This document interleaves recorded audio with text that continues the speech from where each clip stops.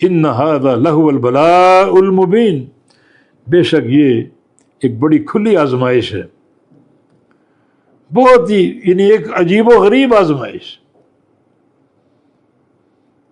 اگر دنیا اس وقت ہوتی دیکھتے سکتے میں آ جاتی۔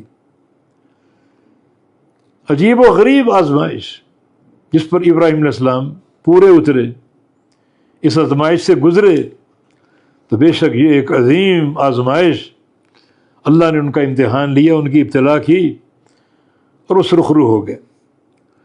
وَفَدَيْنَاهُ بِذِبْحٍ عَظِيمٍ، اور ہم نے فدیہ کے طور پر انہیں ایک ذبح عظیم عطا فرما دیا، عظیم ذبیحہ ان کو دے دیا، ایک مینڈا۔ مختلف اقوال ہیں وہ مینڈا کہاں سے آیا، مگر جو راجح قول یہی کہ وہ جنت کا پلا ہوا مینڈا تھا۔ باقی مفسرین نے بہت سی باتیں لکھی ہیں، مگر سب اسرائیلی روایتیں ہیں۔ تو وہ ذبح عظیم ذبیحہ ہم نے ابراہیم علیہ السلام کو فدیہ میں دیا، اور وہیں سے قربانی مشروع ہو گئی۔ اب کیا ہوگا؟ اب جو بھی قربانی کرے گا، اس عظیم سنت کو زندہ کرے گا، دوبالا کرے گا، اسے اس کا اجر ملے گا، اتنا ہی اجر ابراہیم علیہ السلام اسماعیل علیہ السلام تک پہنچے گا، جو بڑی عظیم ابتلا سے گزرے۔ باپ ذبح کر رہا ہے، بیٹا ذبح ہو رہا ہے، کوئی ملال نہیں ہے، کوئی توقف اور تردد نہیں ہے، سرخرو ہو گئے۔ فلما اسلم، اللہ فرما رہے جب دونوں باپ بیٹے میرے مطیع اور فرما بردار ہو گئے، اللہ نے ان کی اس اطاعت کا اقرار اور اعتراف کر لیا۔ اور یہ اقرار اور اعتراف کب ہوتا ہے؟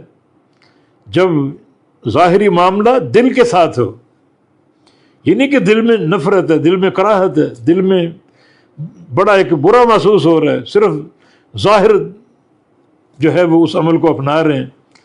نہیں، جب اللہ رب العزت گواہی دے کہ فلاں بندہ میرا فرما بردار بن گیا، تو یہ گواہی اس کے ظاہر و باطن دونوں کی ہے۔ ظاہر کیا تھا؟ وہ چھری چلا رہے ہیں، بیٹے کو گرا چکے ہیں، اور باطن کیا ہے؟